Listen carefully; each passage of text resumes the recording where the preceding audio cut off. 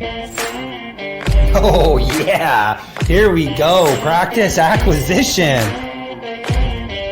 There are pitfalls throughout the entire process.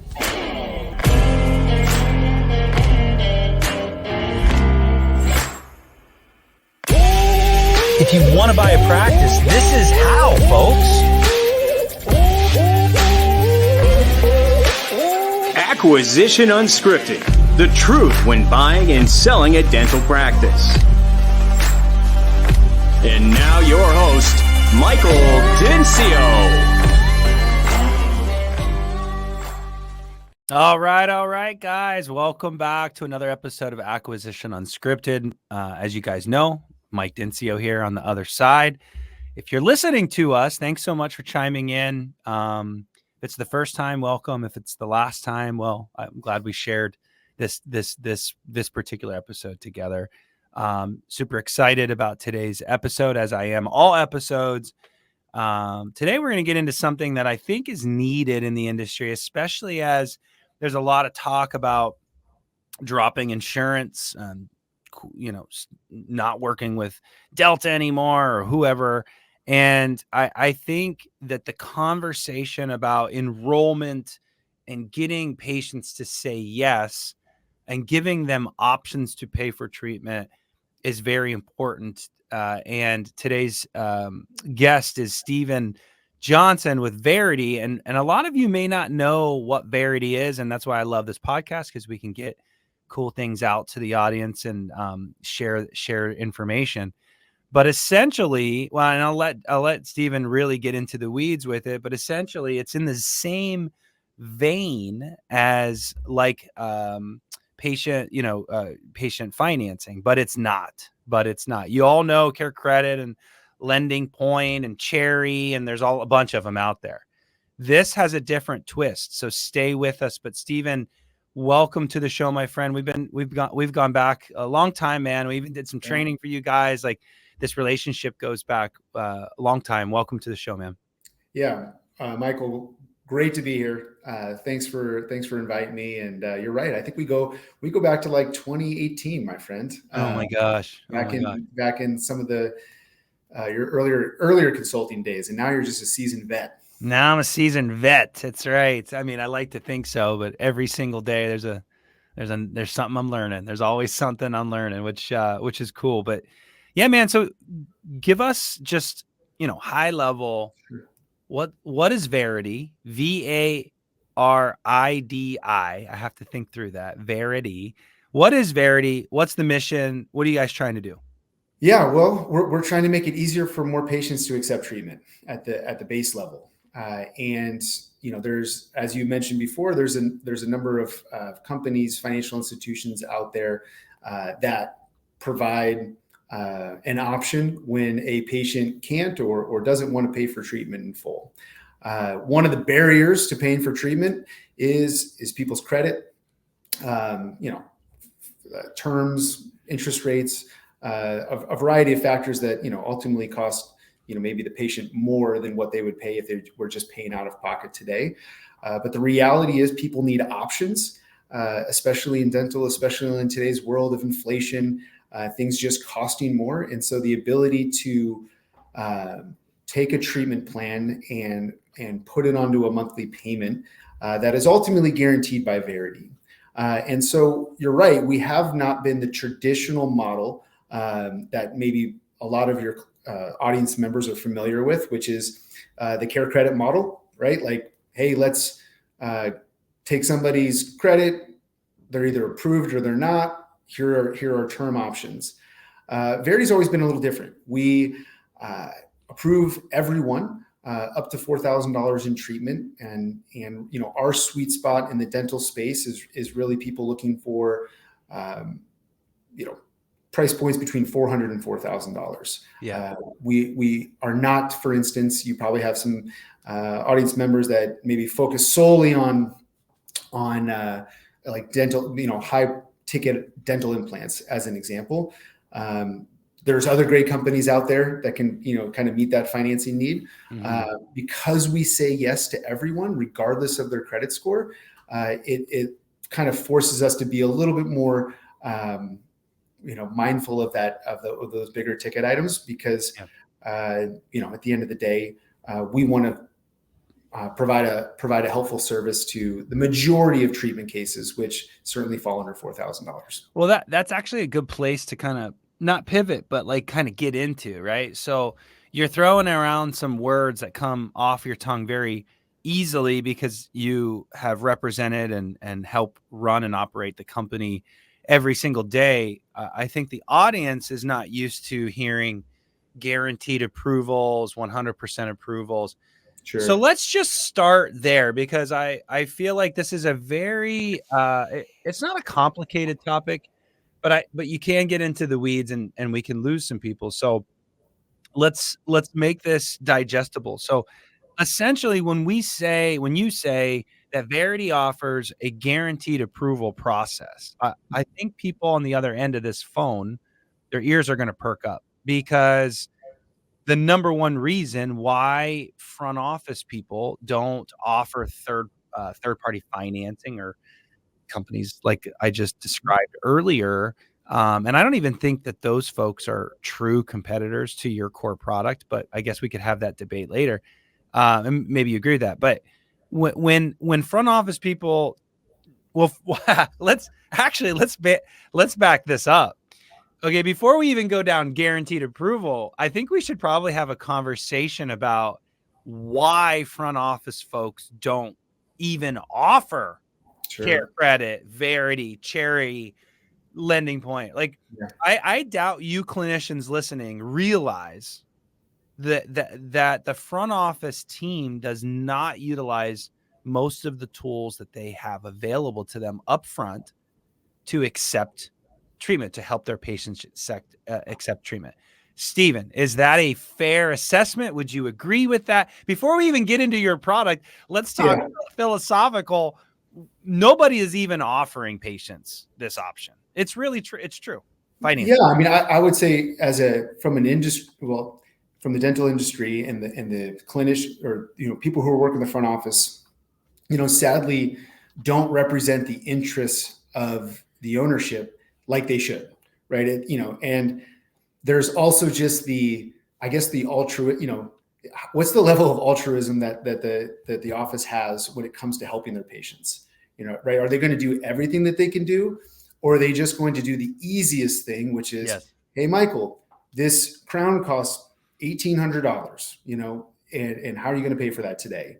And Michael says, well, actually, I need to talk to my wife. We've got things coming up, so let me talk to her and get back to you, right? And that patient walks out the door, right? Because I know personally, I'm a prideful individual, right? I'm not somebody who likes to raise my hand and say, I don't have enough money. I can't afford this. Right. So I'm going to make excuses. I'm going to, make up stories just to get myself out of that uncomfortable situation. Hell yes. That's exactly what's happening. That's exactly what is happening. People are not going to admit that they don't have the cash. In fact, if you go back and listen to the beginning part of the Care Credit episode that I did in 2020 or 2021, I don't know, we talk about this actually, that a third of the patients, I think, don't even know how they're going to pay their next bill or something like that. Don't quote me on that. But essentially, people are living paycheck to paycheck, folks.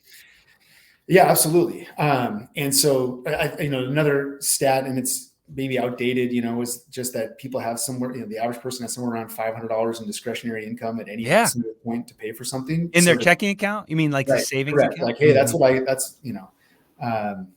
and so the idea that your last $500 is going to go towards a dental bill, in comparison to just living their life and getting through the week, getting through the month, that's right. is a stretch. And I would have to imagine that, your audience isn't, only looking for that percentage of people, that has unlimited space on their credit card or unlimited funds in their bank account. It's a range, right? You could be in the most, highest per capita area of your state. And still you're going to have folks that need the convenience of payment over time. So I love that you brought up like kind of the bigger question of why aren't people talking about this? Yeah. And it's, just to be since it's just me and you talking, like, Yeah. Yeah. it's laziness, right? It Like is.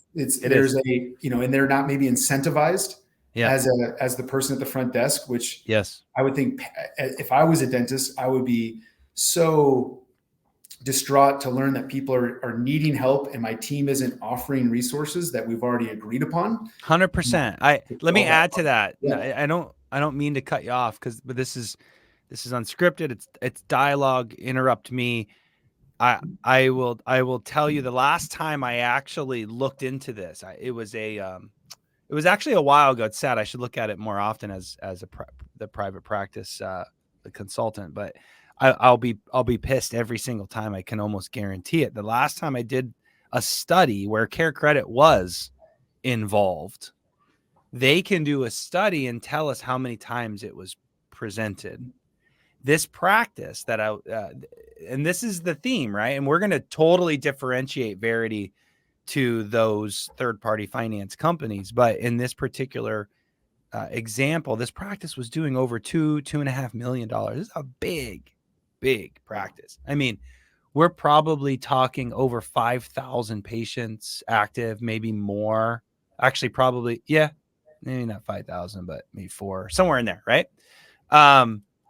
The point that I'm getting is that they can do a study, if you're curious, if they have Care Credit in that office. And there was 3 applications in 1 calendar year. Blows your mind. Yeah. That literally blew my mind. The number of people that didn't opt into treatment. I bet it wasn't 99% of people were saying yes. Exactly. I mean, we track acceptance rates. So the acceptance rates of we talk about dollars per accepted. So dollars diagnosed versus dollars accepted. Dollars, not patients. So I lined up 10 patients, and 6 of them said yes. That's 60% approval. That's what everybody thinks case acceptance is. It's actually not true. If out of those 10 patients we diagnosed, I don't know, $1,000 total, we would want greater than $4,000 to be accepted. So that would be the national averages. 40% of all dollars diagnosed are accepted, not patients. Okay, that's the national average. I'm not saying that's great. I'm just saying that's the national average. That's actually kind of sad if you think about it. Only 40%, and this is the piece. This is the piece because they don't even at the front offer it up. And you said lazy. I think it is lazy. Definitely some lazy, but I also feel that's one reason. Yeah. I think people in general are scared about talking about money. You said patients are prideful. I think the front office people are afraid to even talk money. Like just offer it to everybody. Who cares if they look like a bum or a millionaire? Offer it to everybody. I mean, when we train our clients, because this is a big talking point for our team to walk through, how do we address this subject and how do we make this comfortable for the patient, for the office? It is being just very casual about it. Like, hey, because at the end of the day, most patients actually want to pay for everything today, right? If I've mentally bought in, if I believe that, and I think this goes back to your friend Paula Quinn. I remember something that stood out in my mind. It's like, first thing, they want to believe, the doctor needs to make them believe that they need the treatment, right? Like just for their own personal health. Like that's number one. And then number 2, can they afford it? Like those are the 2. If they don't believe that they need it, they're not going to get it. If they can't afford it, they're not going to get it. That's right. And so half the battle is in the back of the office, but the other half is at the front. Right. They need to work hand in hand. And just the, offering somebody, we look at it as a 1, 2, 3. And you're right. We should differentiate ourselves. We really aren't a competitor to the Care Credits of the world. We're the solution when Care Credit doesn't work out. So let's dig into that. I love where you're going with this. How do you differentiate Care Credit or insert third-party financing? Forget Care Credit and Varidi, because it is 2 different things. Go ahead and peel it apart. So number 1, person takes out their debit or credit card and pays for the treatment. Easy, no brainer. That's what most offices are equipped to handle. And if they're not, they're definitely in trouble. Right. Number two, it's, hey, well, good news. We offer financing options, and you just listed off a couple of those. And that's where they qualify because they have the appropriate credit and they can get on a term plan, like they're financing a car. But the reality is that it really varies, but just imagine somewhere in the neighborhood of 60%, like your early example, of people don't qualify for a financing option. I mean, is that the range, Stephen? Have you done way more research It on goes, this? it varies so greatly by demographics and area of the country. But just being super generic rule of thumb, 10 people apply. Who cares where they're at? Iowa, the Pacific Northwest, how many get approved? 10 people apply, 4 to 5 people. So this is probably why the front office people will say, well, that's why I don't do it. I'm embarrassed that the other 6 we said no to. Right? It's an uncomfortable conversation. Very uncomfortable. Yeah. They throw out a solution and then the patient fills out the information and the patient gets, denied.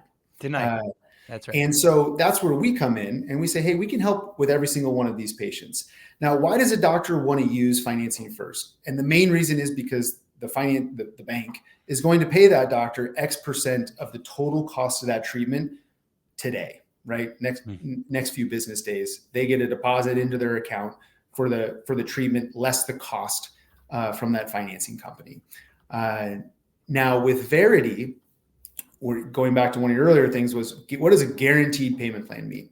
Well, we're essentially replacing the office's in-house ability to put a patient on a recurring monthly plan.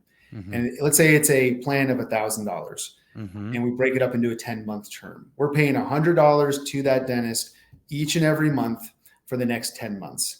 The guarantee comes in that is if the patient disappears, we step in, we continue to make that $100 payment as if the patient was making the payment, and we deal with the receivable on the back end.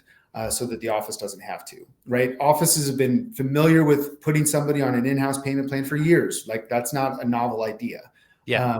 But they still have to manage it. They still have to take on risk, right? And at the end of the day, they don't really want to do either. Let's talk about that, because that was a great way of saying it. So as a consultant, I am totally against being the bank in a dental office. I do not want you, especially buying a practice, you're desperate for relationships. You really want your patients to love you. You might even walk into a practice that has a lot of AR at plus 90 because this particular office is doing in-house financing. And that's kind of like a no-no. We don't want to do that because the risk. You said it. It's the risk. And so Varidi has come up with a solution that basically allows you as the provider to create in-house payment plans of something that I'm saying don't do without their guarantee. Right. But they are putting this guarantee on it that says if the patient decides that they don't want to pay you, Varidi will step in. But we probably should define it a little bit. And I know some of these things have changed over the years. So we should probably define it. But in theory, folks, that is it. It's your ability to say, hey, Mike, I do have the ability to put this on a payment plan for you if this is too much, or you just want a monthly payment. It might not be. Don't even use those words. See, Paula would be better at this episode than me. But like, essentially, you almost want to offer this up to almost all your patients. Now, of course, if they want to pay full up, great. But again, yeah, go ahead. Well, to the patients, it's not a big difference, right? Because they're paying that financing company monthly as well. Right? They don't. To them, it's a monthly payment. To the office, it's the difference of getting paid now or over time. And look, I'm not going to argue. And the reason I say we're not a competitor to those financing options is because 99% of the time we're going to lose if hey, which option do you want? Do you want the one that pays you everything today, or do you want the one that pays you over time? Right? Well, it's the one that pays you today. Exactly. However, what's better? 60% of those patients that didn't get approved walking out the door and not getting the treatment they need, or you realizing that revenue as a practice month over month for the next however many months is of that term. So, our solution isn't the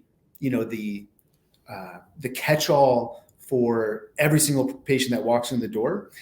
In many ways, I would think that offices, you don't want 50% of your patient base on a monthly payment. But if we can increase 5 to 10% production each and every month because there was people walking out the door that are no longer, and you are getting paid each and every month.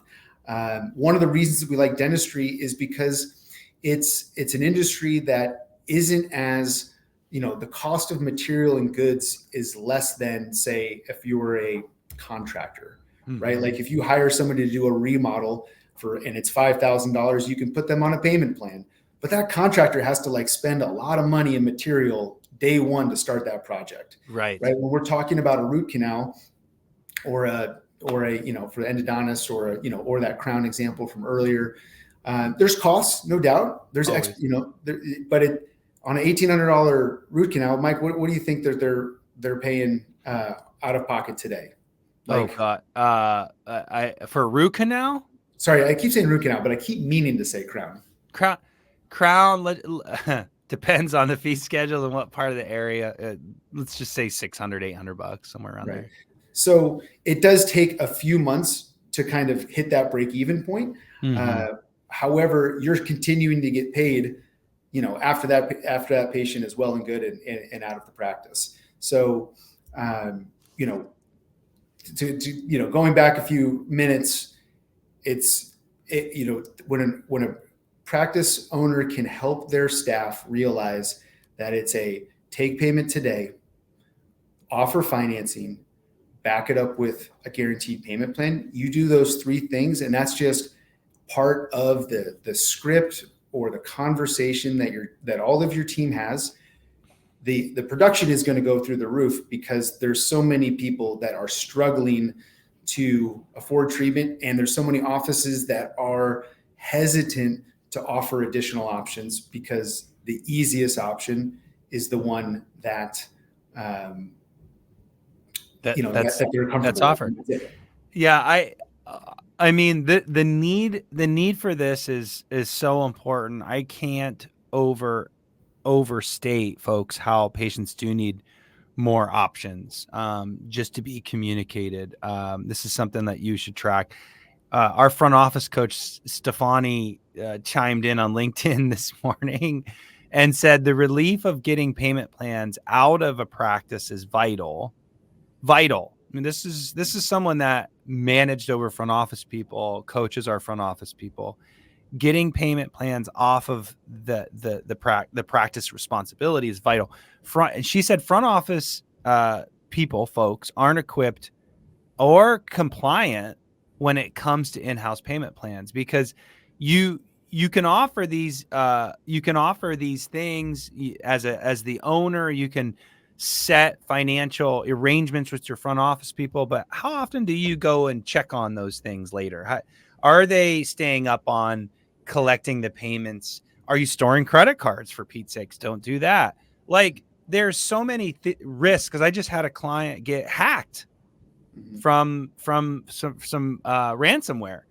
Thank God we didn't have any credit cards that they were able to get a hold of. So there's all kinds of things of why it makes sense to use a company like Varidi just to get that responsibility off the table. So Stefani couldn't be more excited about that. Let's talk about the approval process real quick. So so big picture approval process, what's that look like? Because again, if you're not approving people, well, who cares? Because Care Credit's only approving four people out of 10 anyways. So are you really solving here? So let's dig into the approval process. Yeah. So again, our sweet spot, from a patient responsibility is 400 to 4,000. It could be technically a little bit less, but we hope that most offices, you don't want to dabble around in $100 payment plans. And so what we do is there's a application that either the office assists the patient with filling out, or they just text or email a link to the patient and they can fill it out on their phone while they're sitting in the office. Or sitting in the chair in the back. Even better. Some yeah, right. Where they're a captive audience. You're not sending them out the door to say, fill it out later and get back to us, because you're going to, it's a huge drop off. So the patient enters some basic information, or the office, puts in, gets the process started by putting in their name and email, phone number, that kind of thing. And the cost to the patient is 18 to 22%. So we'll just say it's 20% to pick a number. So let's use an $1,000 example. There's a patient that walks into the door. They can't pay $1,000 today. They don't qualify for financing, and the office sends a link to their cell phone while they're in the chair for the Varidi guaranteed payment plan option. We're going to charge the patient 20%, or roughly $200 today, to initiate the plan, and that money goes to Varidi. So $200 on day 0 goes to Varidi, and then the office assists the patient on kind of, we kind of have certain offices like to offer certain types of terms based on amount or, their own policy. And so they do have control over how much they want to offer the patient. So like, correct. I want to break this up and give a max. So 6 to 5 months or whatever. 6 to 24 months is our range. And we can narrow it on either side for every single patient, or we can just create tweaks in the back end so that there's, it's 9 months for every single patient, as an example. That's just what they offer.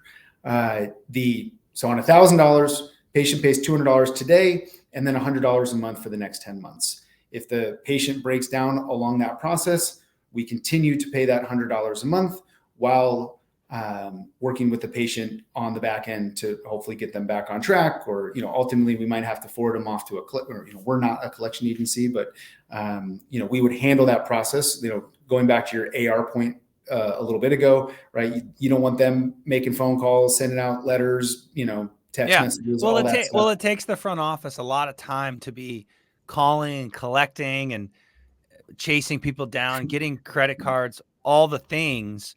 But essentially, you're approving people for, what did you say? Up to what? Pretty much 100% of the time? So good question. We about 50% of people will qualify for up to 4,000, but we don't do it in the sense of, sometimes you apply for a credit card and you're like, you have $16,000 in credit, but you might be going to the store and just putting $200 on the credit card. You don't need $16,000 today. We say, okay, what are you asking for? It's $875 or it's $2,350. Does that patient qualify for that full guarantee? So we offer a scale, right? Because Mike, you might make a certain income that allows you to qualify for $3,000, and that's what you're asking for. And maybe the other patient will put a payment plan together for the full amount, but the practice is maybe only guaranteed $2,000 of the $3,000. So the average ticket amount that we see offices submitting to us is under $1,600. Okay, so actually, I want to make this super easy to digest, and I know you can't sometimes give just a direct answer. Well, but it's not a direct answer. I mean, it's a metrics. It's a metrics. Yeah. But what I'm trying to do is I'm trying to help. You said 50%. 50%. So you're already better, because you said care credit and the rest is around 40%. I'm trying to show the audience that you're saying yes more times than saying no. And if you're going to say yes, let's say 75% of the time, what's the max? Like, I'm trying to give ultimate security to the front office team to say yes every time. Does that make sense? It absolutely does. And just to be clear, we'll put somebody on a payment plan for the full amount, but maybe we're not guaranteeing the full amount. Right. Now, that does kind of go back into your earlier problem of there could be, it's kind of up to the office. Like, is it better to have 90% of this treatment amount guaranteed, or would I, because in theory there's a 10% exposure. in this random example. But the majority of the folks that we work with need and use us on a daily basis for cases under $2,000. And over 90% of those cases are approved for that full amount. 90? Yeah. So under 2,000. Under 2,000. So 90 folks. So let's just digest that. Okay. I'm a numbers guy. I'm totally tracking you. My guess is some people we may have lost in that last segment. So let's make this super simple. A request to Varidi for 2,000 or less. They're saying, statistically speaking, 90% of the time people are getting approved for anything less than 2,000. So statistically speaking, you can't guarantee it. But that's like the common, that's a very common amount, a crown, different things that Stefani was on the phone. I'd ask her what kind of things fall into that. But essentially, if your front office person had the ability and had the confidence to say, hey, your treatment plan's $2,000 or $1,900 or $1,800, whatever, she or he would have a 90% confidence level that Varidi would say yes to that. That's the key. And the kind of the baseline cutoff is around $1,500, and that's over 96% of the time that somebody qualifies for $1,500. That's great. So, and again, that's different practices have different fee structures and patient responsibilities, right? At the end of the day, we're looking at the patient responsibility, not maybe the total cost of treatment. Maybe insurance is kicking in, X number of dollars, and we're helping on the remainder. So that's how our guaranteed payment plan works. And I don't want to, maybe. I don't know exactly how much time we have, but we have a different program that we launched, kind of even since we first started working together, that is directed specifically at clear aligner kind of. I was just gonna go there because I noticed that you said 4,500. Did you say up to 5,000? 4,000. So imagine a world where I come in and I want ortho, or you sold me on ortho. You diagnosed ortho. All right. And again, although I would really never officially endorse a hybrid model because you're still carrying some of the risk, but essentially if I came in, you said Invisalign was 6,000, Varidi and Steven could guarantee that they would help the practice or the patient, they would pitch in 4, then that means that the practice would, let's just say it's $6,000 treatment for ortho. That means the patient or your risk exposure would be $2,000 essentially. 2 plus 4. If the patient bails, you're getting 4. You're covering your lab, which is around 2,000, 2,500. So it's kind of it's a lot less risk is what I'm trying to get at. Steven, how am I doing on that pitch? Yeah, you're doing good. The only thing I was going to say though, for ortho specific cases, whether traditional orthodontia or Invisalign style clear aligner type of cases, we have a different program that approves everyone up to $4,000. So like 100% of the time for those specific cases only. Where we do what we call level payments, where it's, you take the total amount and you add only 10%, so we would charge on a 4,000 case, $400. So the total case is $4,400. And because the reason we give a significant price break to the patient is because, these ortho cases there's lots of touch points. There's a deeper relationship, right? It's not like I have tooth pain and I'm randomly walking into this dentist today to receive, care and help the pain go away. But then once the pain's gone, I don't care. I disappear, right? That's why there's a little bit more risk in the general dentistry world. Mm-hmm. But for any general dentist that also offers clear aligner cases, we provide a special, unique, where we approve 100% of people 100% of the time for $4,000. For ortho specifically. For ortho. So they would have, so in the application that gets text while I'm in the back and I know it's an Invisalign. We have a clear delineation of, hey, this is an ortho case in comparison to a general dentistry case. That's pretty badass.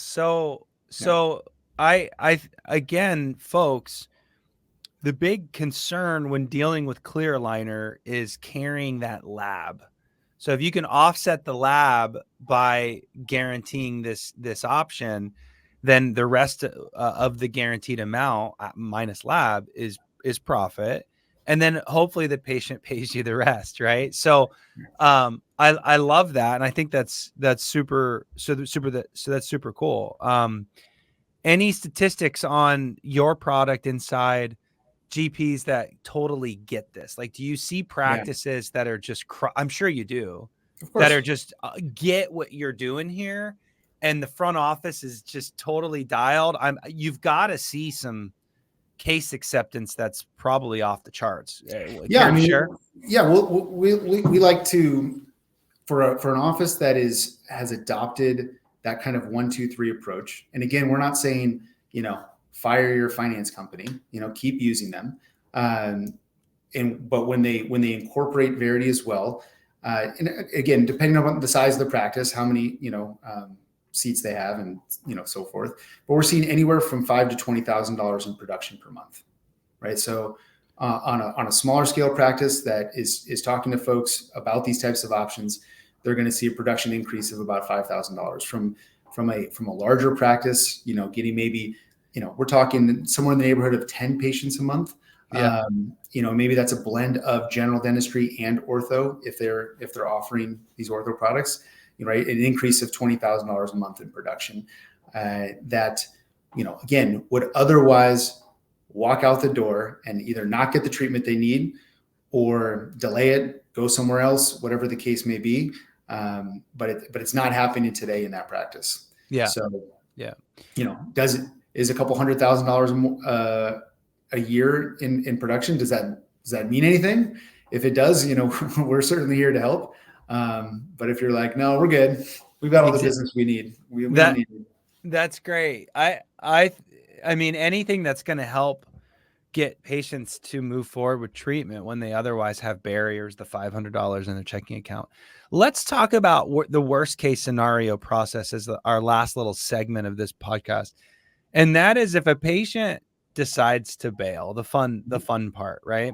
So essentially, I'm a patient. I come in, you diagnose 2 crowns. My obligation might be $1,600. The insurance covers the rest type situation, right? Sure. So now you send me a text. I apply. It's $1,600. You say yes because it's under that $2,000. Good 90% confidence there. So far, so good. The office decided to offer me a year to pay that $1,600. Cool. Payments are super low. You get paid your fee up front. Then the amount gets spread over time. And then let's say I'm 4 months in and Varidi guaranteed all $1,600. I'm 4 months in and I just decide to ghost everybody. Yeah. Walk me through how that gets handled for the office. Yeah. Well, the first thing that I think it's important to know is that the most people that miss their payments, it's an accidental oversight, right? They just weren't managing their money super well, or they had a banking situation where they're changing debit cards and so the process, the payment failed. We have a whole team on the back end dedicated to getting people back on track. We say that phrase, an infinite amount of times, right? What can we do to get them back on track? And so there's a whole customer service element that we take a lot of pride in that is dedicated to making contact with that individual and getting them back on track. And oftentimes, if it is, it could be, the office maybe put their payment plan on the 5th of the month, but they don't get paid till the 10th and the 25th of every month. Right? That's real world. That's real world stuff right there. Yeah. Right. So it's kind of like, oh, that's just, so we our team might identify, Mike here needs to adjust that payment onto a more appropriate day of the month so it's more successful and everyone wins. And so we take basically 20 days to cure an account, right? What can we do in those 20 days to cure that account? Now, the payment is essentially gone missing, right? So payment, now the office didn't get the payment, or Varidi stepped in. What's the process there? Yeah. So after 20 days, we turn it back over to the office to activate that guarantee. And that comes through a variety of ways. It's emailed to them with a push of a button. They can activate the guarantee, or they can log, as we coach them to do, pick a dedicated time each week to review your Varidi accounts and to see if anything, see if there's any big red letter that says delinquent, because the delinquents are what people are concerned about as far as like making sure they get paid. So by clicking a button, that basically activates the account where the money is going to start coming from Varidi's account and no longer from the patient's. And so on the next payment cycle, so let's say it's February, what's today, this 20th, and the payment is due today. By basically March 10th, we're going to be sending the office an email saying, hey, that money from February didn't come in. We've been working with the patient. We've been unsuccessful. By March 20th, the payments from Varidi are going to start rolling in. So that 12-month cycle now became 13 months, right? But we believe that most of our clients would like us to resolve it with the patient before we have to send them to collections. Okay. Right? Because, but at the end, we give them ample opportunity. We have a system for phone calls, text messages, and email, of course, that notifies the individual that there's an issue, and we're here to help them resolve it. So essentially, that balance due will still sit on the accounts receivables. It's still going to sit there, and the payments are still going to come in if you hit that button, and Varidi's guaranteeing those payments and you're paying it out. But yeah, Stefani's texting me on the side. Apparently she stopped commenting. She's the AR queen and does a lot of billing. So she's like, she takes a lot of pride in having nothing in the 90 days. That's what a biller should do. But it's important to note that Varidi is going to make those payments. You're not going to get a big lump sum, right, Stephen? Correct. So, if we were going to do a big lump sum, we would have just done it in the beginning of the cycle. And honestly, part of the reason that we don't is because, again, we're usually taking on the folks that are a little bit more credit challenged to begin with, right? And providing them an option where we're spreading it out over time. Yeah. So you almost act as a collect. You in a lot of ways act as a collection agency, although I'd never call you that. Yeah. But imagine your front office people not having to collect the time that you are giving your front office person for not chasing down, trying to collect payments, trying to make these arrangements. This is not what her job really is. This is what Stephen and his team are natural born killers for. And they're probably pretty successful at getting people back on track. They're going to be better than you. And so anyways, at the end of the day, the longer the term you offer, the office offers the patient, the longer the term, know that, because you're not going to get all of your money for that term. But do you have a lot of offices offering really long terms, or do you have offices doing like 6 months only type stuff? Like, what's the most popular way there? Mm-hmm. Yeah, I would say that if they're opposed to the only offices that we recommend the longer terms are for ortho, because that's pretty standard in the world of ortho. Like they're used to that 2-year kind of those duration, and the offices that are dealing in more of the general dentistry, we think that 6 to 12 months is a good range, because at least you're providing some level of option, right? Mm-hmm. That makes it, versus like we're just offering you 6 months. The other thing that's a trouble with 6 months is that the monthly payment amounts can get pretty high. And if you think just practically, you don't want to put your patient on a plan that they're going to potentially fail at, right? Yeah. Like and if you take $3,000 and divide it by 6, right? That's a monthly payment that's quite a bit bigger than anyone's car payment. It's going to be like their second biggest payment obligation outside of rent or mortgage that they're going to pay, and it's for their dental bill, right? Yeah. maybe a little bit out of alignment. So if you're able to spread it to at least 12 months, we see a lot of success in that, because, of course we don't want people, the less folks that we have to pay on defaults, the better it is for our business, big transparency there. Yeah. But at the same time, if no one was ever defaulting, you wouldn't need to use a company. You wouldn't even need it. That's right. Well, I'll end it on this, that also it just depends. And if you know your patient and the demographics, like I got with my mom, Thanksgiving, something like that. And she was talking about how she always does payment plans because she's on a fixed income.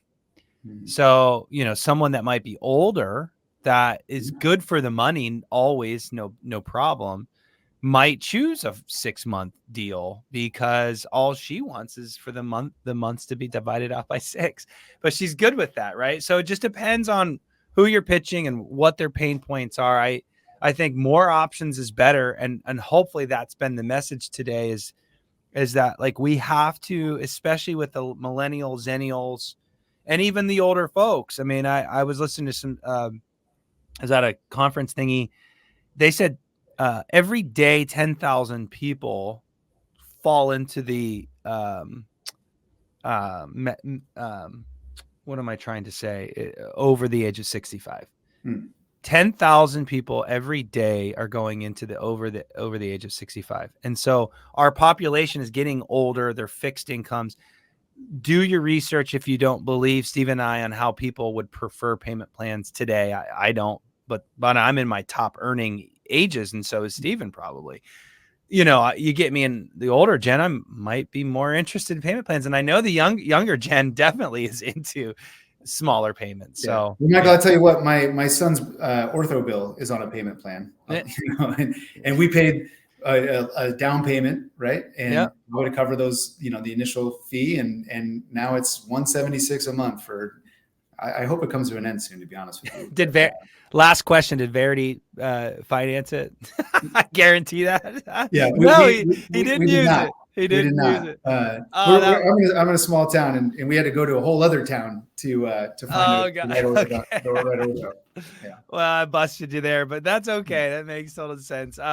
Well, Steven, thanks so much, man, for being on the program and the show and educating the audience. It's a great option, folks. It's another option outside of the traditional, and hopefully it gets you guys thinking today. So with that being said, it was one of our longer episodes. Steven, thanks so much for being on the program, brother. Appreciate you, Mike. Take care. Tune in next time for another truth-filled episode of Acquisition Unscripted. We want to hear from you. Interact with your host, Michael Dencio. Follow us on Facebook, Instagram, and YouTube. Comment and subscribe.